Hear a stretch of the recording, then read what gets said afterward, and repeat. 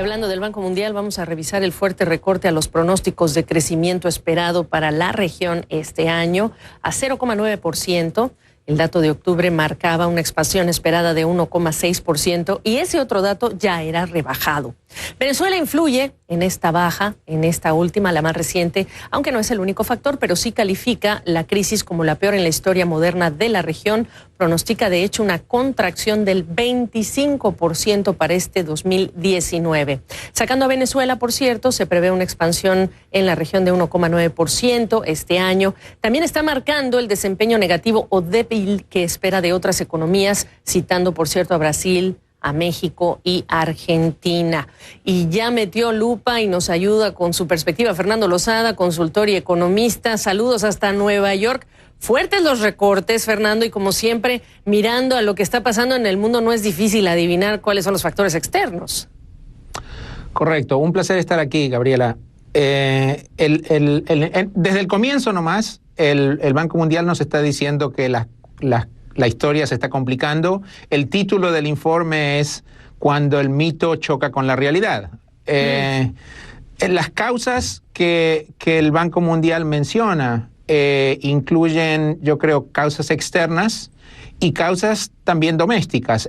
Lo externo es lo que ya sabemos. La economía de China se está desacelerando, la economía de Estados Unidos se está desacelerando en forma gradual y como consecuencia de esto, el impulso que América Latina estaba recibiendo por parte de altos precios de materias primas ya no va a ser lo que era entonces. Si bien los precios se han recuperado desde fines del año pasado, todavía estamos muy por debajo de los niveles que vimos en el año 2014-2015. Así que desde ese lado la cosa se ve mucho más suave que antes. Y además de esto, hay una serie de factores que son específicos de cada país y en general están asociados con desarrollos políticos. En el caso de Argentina, por ejemplo, la incertidumbre que están enfrentando los inversores antes de las elecciones presidenciales de fines de este año. En el caso de Brasil, incertidumbre acerca de la aprobación de la reforma previsional. Sí. Y en el caso de México también dudas acerca de cuál va a ser el rumbo que en términos de política económica va a tomar el nuevo gobierno. Pues déjame quedarme entonces en el caso de México. Aquí te digo, le apuestas a lo que apuesta el presidente, que va a crecer más de lo que incluso dice su propio Banco Central.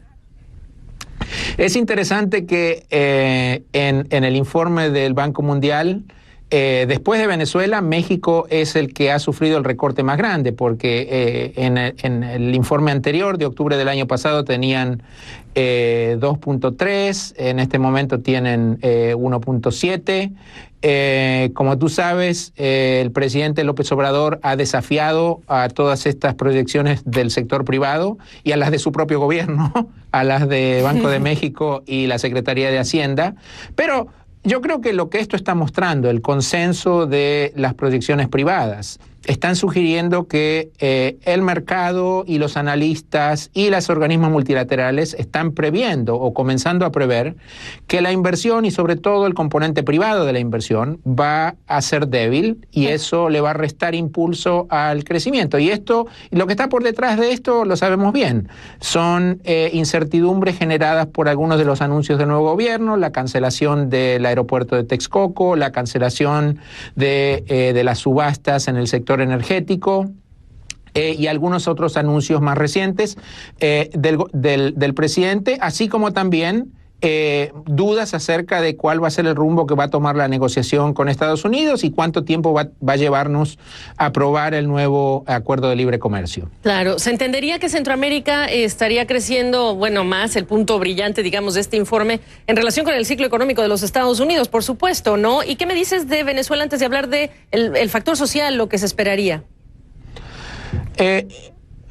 Te puedo decir, Gabriela, que yo soy lo suficientemente mayorcito ya para haber visto un gran número de crisis financieras y económicas en América Latina y en el resto de mercados emergentes, pero no recuerdo y nunca he visto una de la magnitud, de la intensidad y de la duración de la crisis económica venezolana. el número que está proyectando el Banco Mundial de una contracción del 25% para este año en el PIB, lo que sugiere es una crisis sistémica como nunca se ha visto en la historia de América Latina, y esto acarrea, yo creo, fenómenos que van mucho más allá del numerito del PIB.